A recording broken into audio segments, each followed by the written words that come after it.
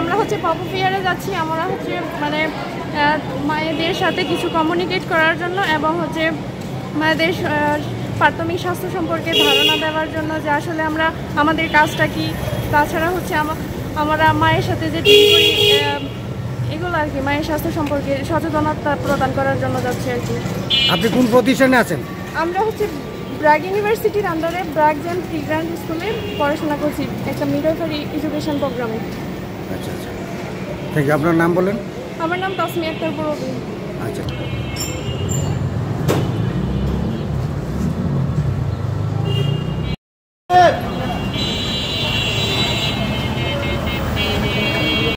Good.